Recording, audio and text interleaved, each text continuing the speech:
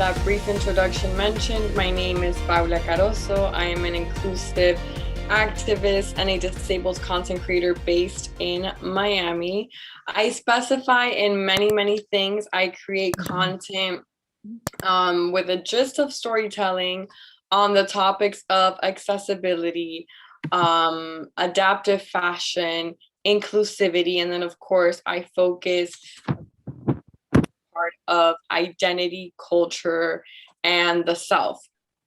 And with that being said, on the self, I've had a long journey on discovering myself, not only as a human being, but as someone with a disability. And I think we all know how crazy, but at the same time, beautiful that journey can be.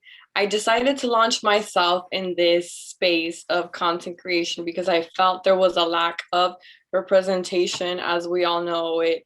That kind of sparked a little bit more of curiosity within myself and of wanting to get to know myself so much at a place where I knew that no matter what stigma, no matter what stereotype existed in disability, I did not want to be a part of that. I wanted to be a part of a recreation and I wanted to redefine what being disabled is. And then, of course, that journey has been long in many ways, but a huge part of it was learning to love myself as I am, no matter what society labels me as, no matter what stigma, stereotype, definition, word is thrown out there. I wanted to cultivate a definition within myself regarding my identity and who I am for self-love. And that process actually started one day in a conversation in my house with my parents, because my parents had a very difficult time accepting my disability.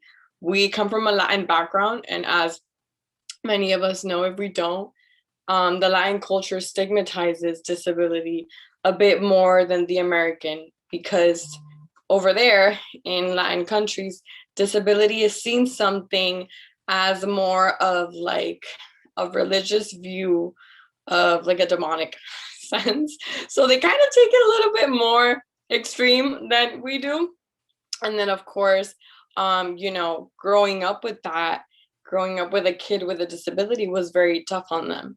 And then when I came to the US, a lot of my disability on my parents' eyes was just trying to get fixed, trying to walk better, try to walk straight, try to bend your knee, try to walk perfect, try to be perfect. And as many conversations as doctors and specialists would have with my parents, it was very rough on them to accept the mere reality that I was going to be like this for the rest of my life. That there was nobody to come and save me. There was no cure. There was no special treatment. There was no special injection that was going to make me walk normal. So, of course, as someone growing up with this, it creates a definition of disability on you. It creates a definition of disability and limits the way you see it. So growing up with that, I thought my disability had to be fixed. I thought my body had to be perfect and that it had to be like everybody else's. I thought the way I walked was actually bad. I thought so many things came to mind. And then one day I just sat with myself and I said, look, Paula, this is really all you've got. All you've got is you, the way you walk, your AFOs, and your canes. And if you don't make peace with that, and if you don't accept that, this journey is going to be extremely difficult for you, because you don't only have an external voice judging you, you don't only have an external voice stereotyping or stigmatizing you. It's your internal voice as well doing so. And if you don't make peace with that, there's really not much room to move forward. So I really had to sit with myself that day. And I wish I had a presentation for you guys to give you guys the actual way on how you accept yourself and on how you come to love yourself. But the thing is, the process is so personal and the process is so unique. And that's actually what makes it so beautiful, that it's really more about how it feels true and authentic to you. And there is nobody that can come in and give you the right fix to healing, to self-love, and to owning yourself but you.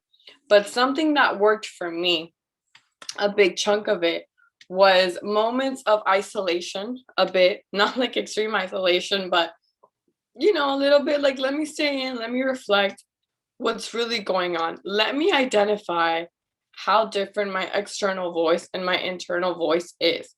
Let me identify who's really judging me here. Is it really things that I think about myself, or is it more things that I've come to think about because of the external view on disability?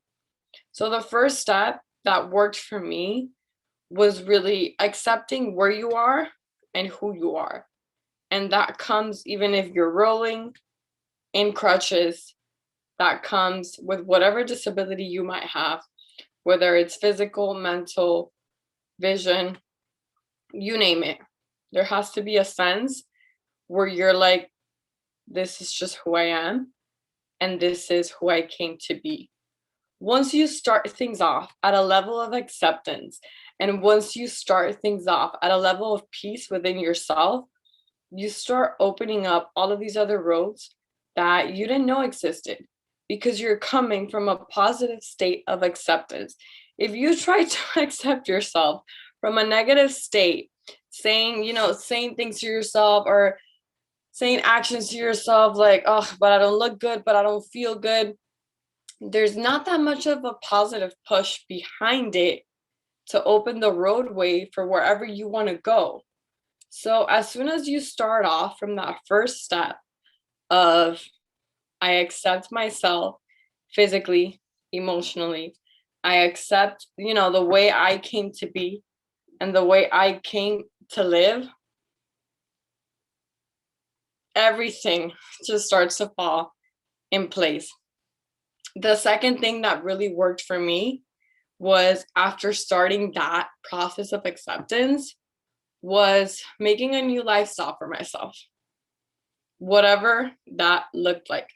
Whether that was only going to places that I knew were accessible, whether that was having a big conversation with my parents about how much their pain impacted me. You're going to have to start redefining a lot of things in yourself.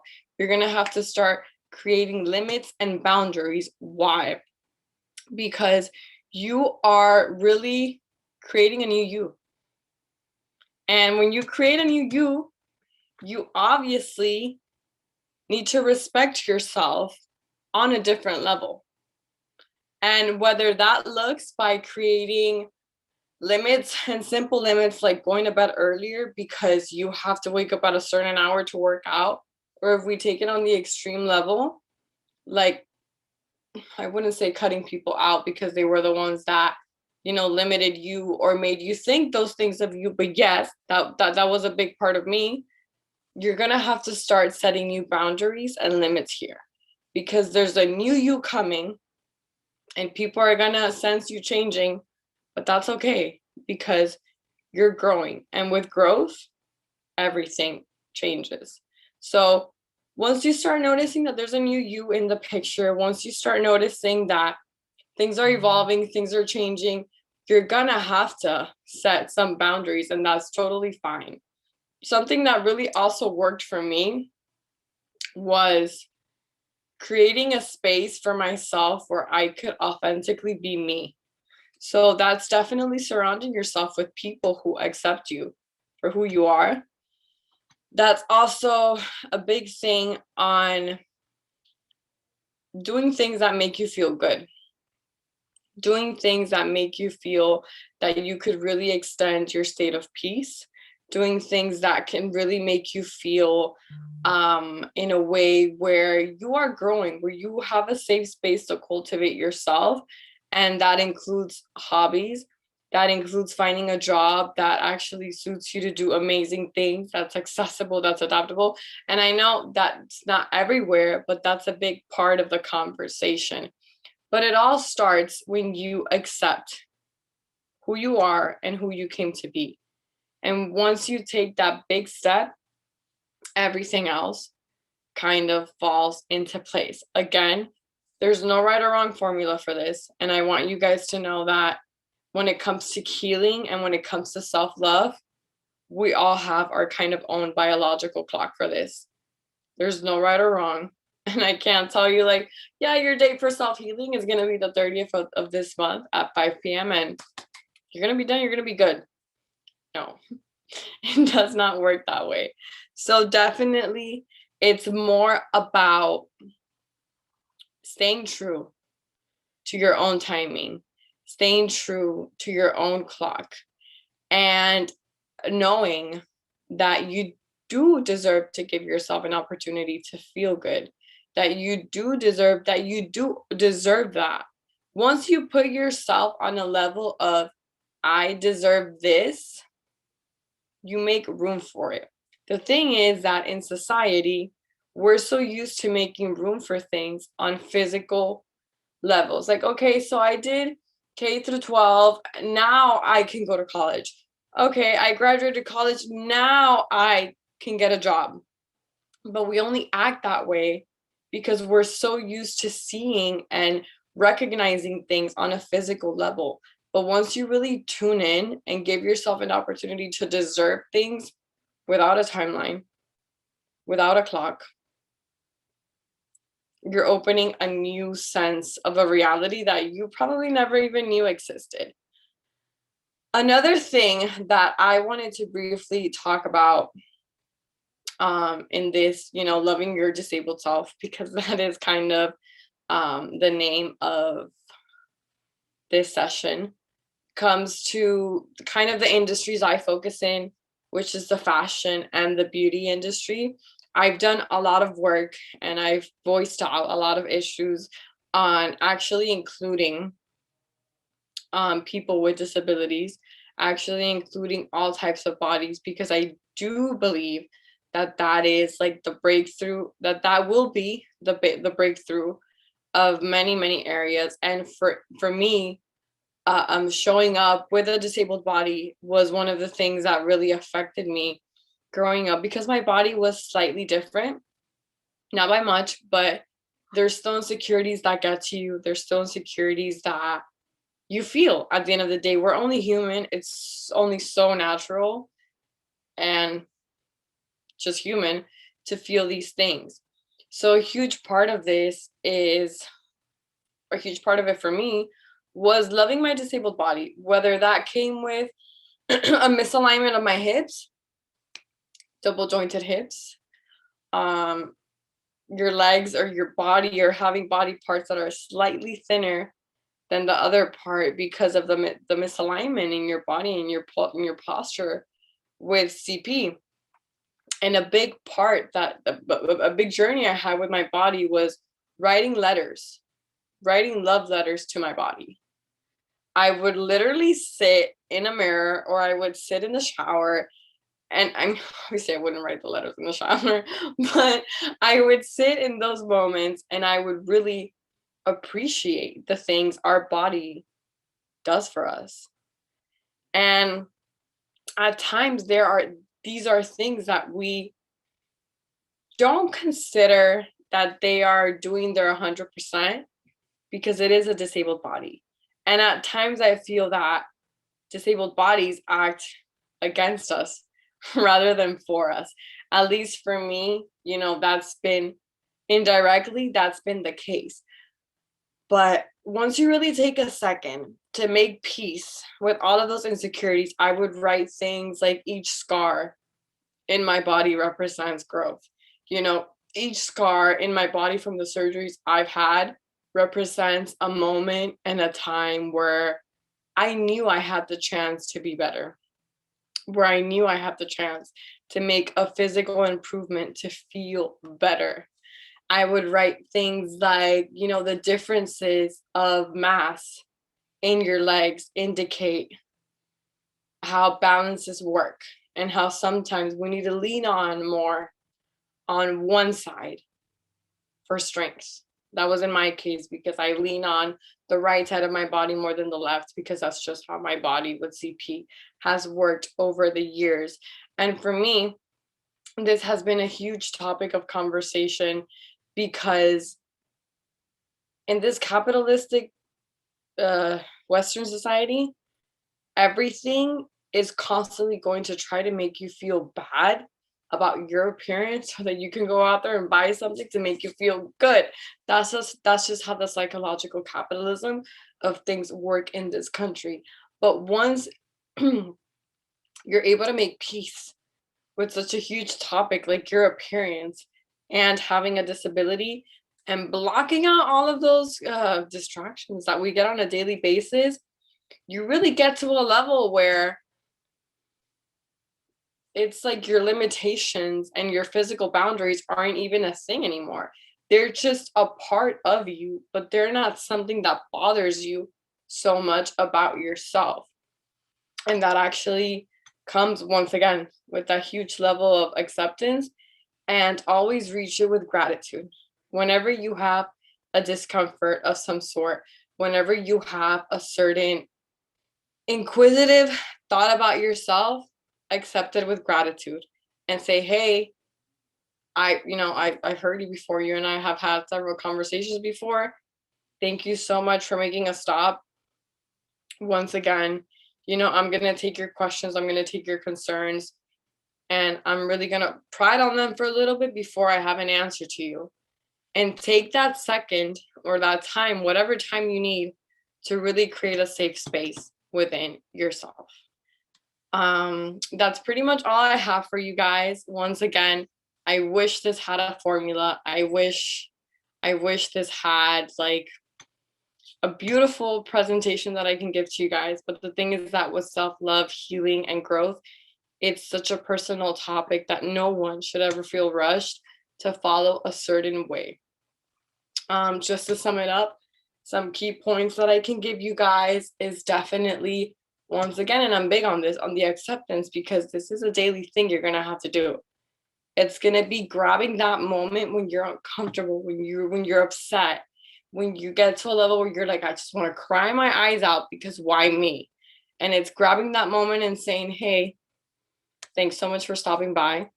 You've stopped by before, but these are some things I want to discuss with you. And then from there on, your roads and your relationship within yourself are going to open up onto so many other levels. So I'm going to leave some time now for you guys. If you guys have any questions for me, anything in specific, let me actually check the chat.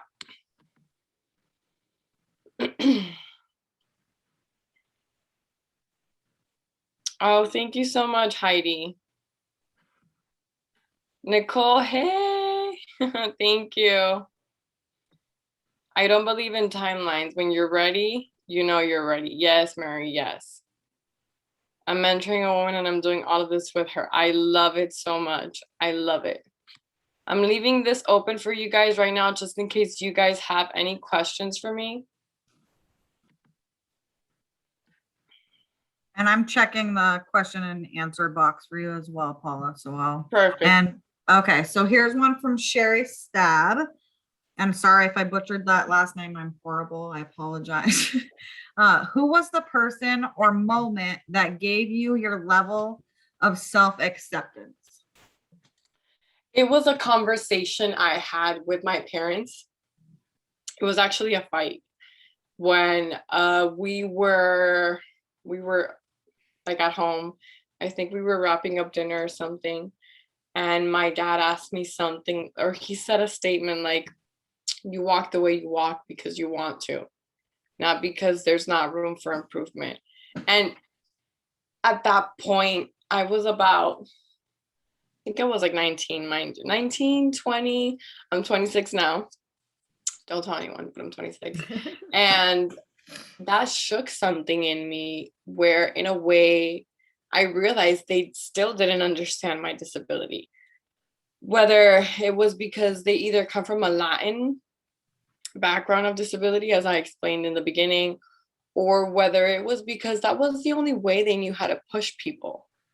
You know, we all push people differently. We all have like our methods of motivation. And some parents and some people negatively push their kids. And that's fine. That's not fine, but I'm just saying like that's how I know many people, including I, have pushed people before. And something shook me in that moment. And I said, I think it's time for you to accept my disability, because it's been something that's been so difficult for me to accept because of how you guys because of how you guys still see disability. And then I told them, I was like, look, I've come to heal many things about my disability, and I think it's your time. And I don't know what that moment did to me. I can't, again, like self-healing is such like a natural thing, but it really disconnected me from the external view of things. It really disconnected me from basing their perspective of disability on me. And then, of course, that kind of creates this new wavelength of how you see yourself. Because once you disconnect yourself from somebody's view of your identity, there's nothing to lose. You're not part of that anymore. They're not part of you. So in a way, I think it was that conversation with my parents. And then of course, it even affected me more because it was with my parents. And I knew that my condition has been like the most traumatic thing for them. But if we don't heal that, if we don't move it around, nothing changes. So that's the answer I have for you. Not sure if there are any other questions out there. There's not any more in the question box, but it doesn't mean there won't be. It looks like you might have one in the chat. Yeah, from Haiti, right? Heidi, yep. Heidi, yeah, hi. Okay. Did you write a book on this topic? Did I write a book? No, not yet. Or can you recommend a book? Whoa, I love your conversation with your parents. So powerful. Heidi, you know, I actually started this quest on my Instagram, and it's called Disabled Diaries. And it's actually me going back and writing letters to myself when I was younger to heal certain experiences I've lived or had, or traumatic events, or things that still linger in me from my disability. Now, I want to say that I want to extend that onto a book. Not now, because not now. I want to live some more experiences to be able to write more about these things.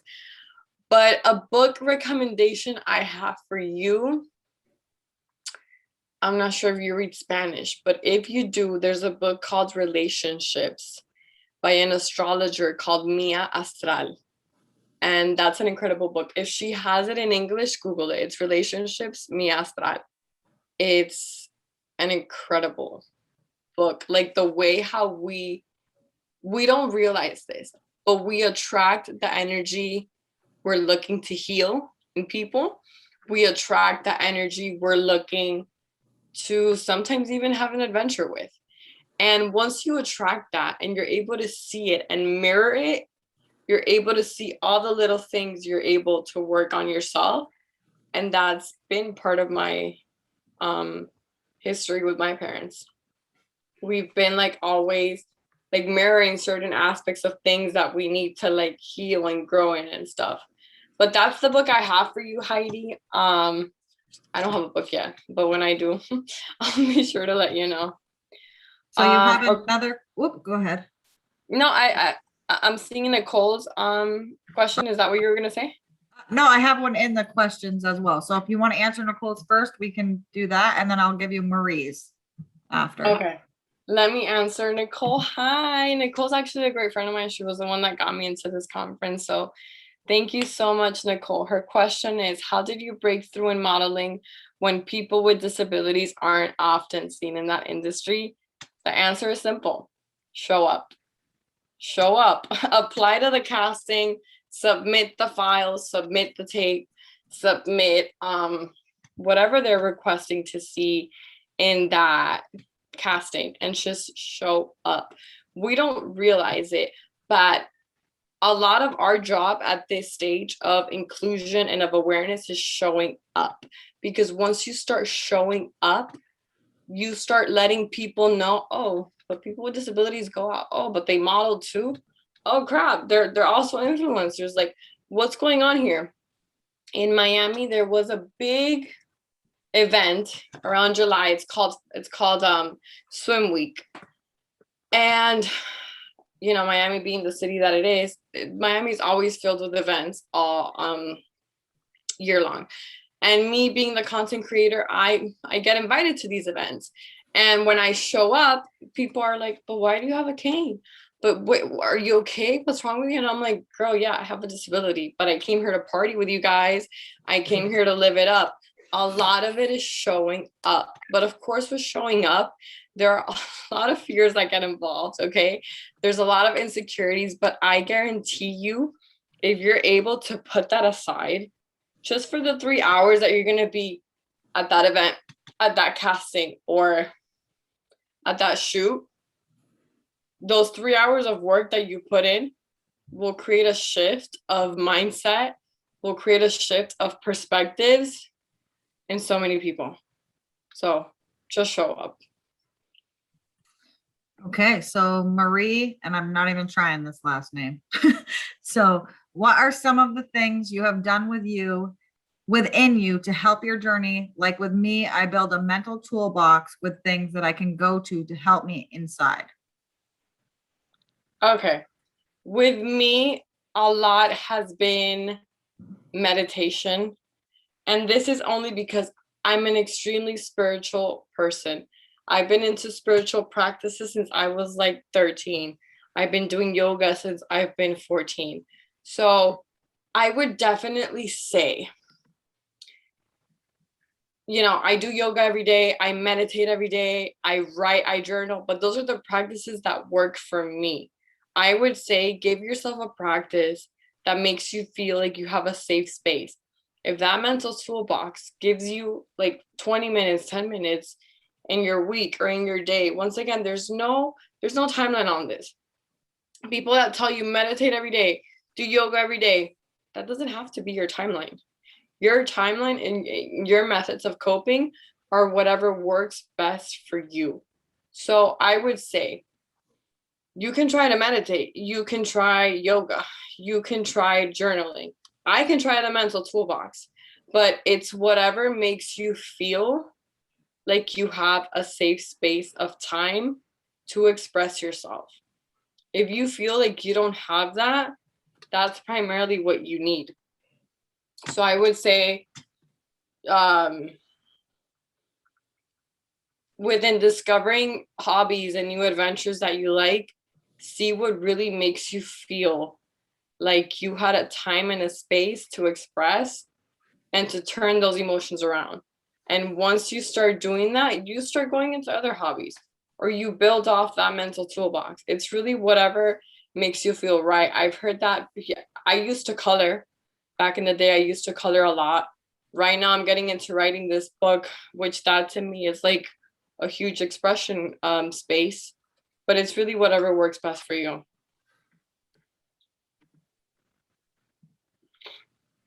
I don't have any other questions here. Do you have any other? I don't have any in the question and answer yet. Okay.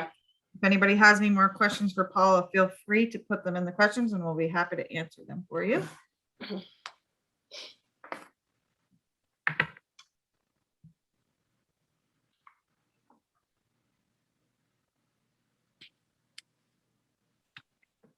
I have a question actually, Paula, and I was just looking at the background of your on your screen here, trying to think of what it's called. Wait, this part or that part?